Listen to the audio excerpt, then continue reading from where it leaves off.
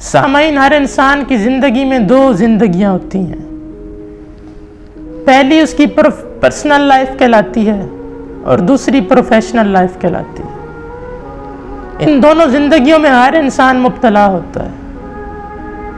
Personal life وہ جو گھر میں گزارتا ہے اپنے گھر والوں کے ساتھ، اور دوسری ہوتی ہے پروفیشنل لائف جو وہ گھر سے باہر کسی کام کے سلسلے میں گزارتا ہے.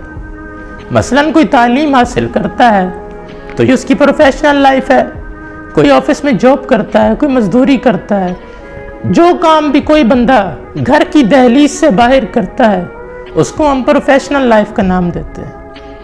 سامعین، اگر آپ ان دونوں زندگیوں کو اور اپنی اس زندگی کو خوبصورت کے ساتھ خوبصورت بنانا چاہتے ہیں، اپنی زندگی کو خوش اسلوبی کے ساتھ گزارنا چاہتے ہیں، اپنی لائف کو خوبصورت اور خوبصورت بنانا چاہتے ہیں، اپنی زندگی میں چستگی اور برجستگی لانا چاہتے ہیں، شائستگی اور نرمی لانا چاہتے ہیں، تو ایک بات کا خیال رکھیں، وہ یہ ہے کہ دونوں زندگیوں کو آپس میں الجھنے سے بچائیں.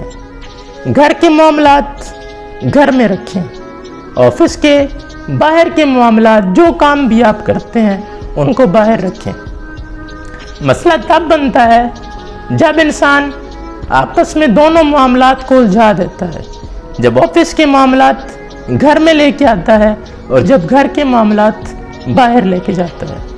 تو سامعین، باہر جو مرضی مسئلہ بن جائے اس کو گھر میں نہ لے کر آئیں. گھر کے معاملات گھر میں رکھیں اور باہر کے معاملات باہر رکھیں.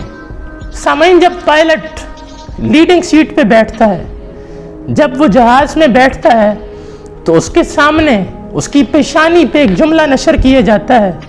وہ جملہ انگلش کا ہوتا ہے کہ flying is a serious profession. Flying is a serious profession. Do not carry worries. Do not carry your worries beyond this point. اس جملے کا مقصد ہے کہ آپ ایک سنجیدہ سفر کا آغاز کر رہے ہیں تو اپنی پریشانیوں کو، اپنی ٹینشنز کو، اپنی مشکلات اور مصیبتوں کو اس حد سے آگے نہیں لے کے جا سکتے. یعنی جو آپ کی پرسنل ایشوز ہیں ان کو آپ ایک حد تک رکھ سکتے ہیں، اس سے آگے آپ نہیں لے کے جا سکتے، اس لیے کہ آپ کی دسترس میں 300 بندوں کی زندگیاں ہیں.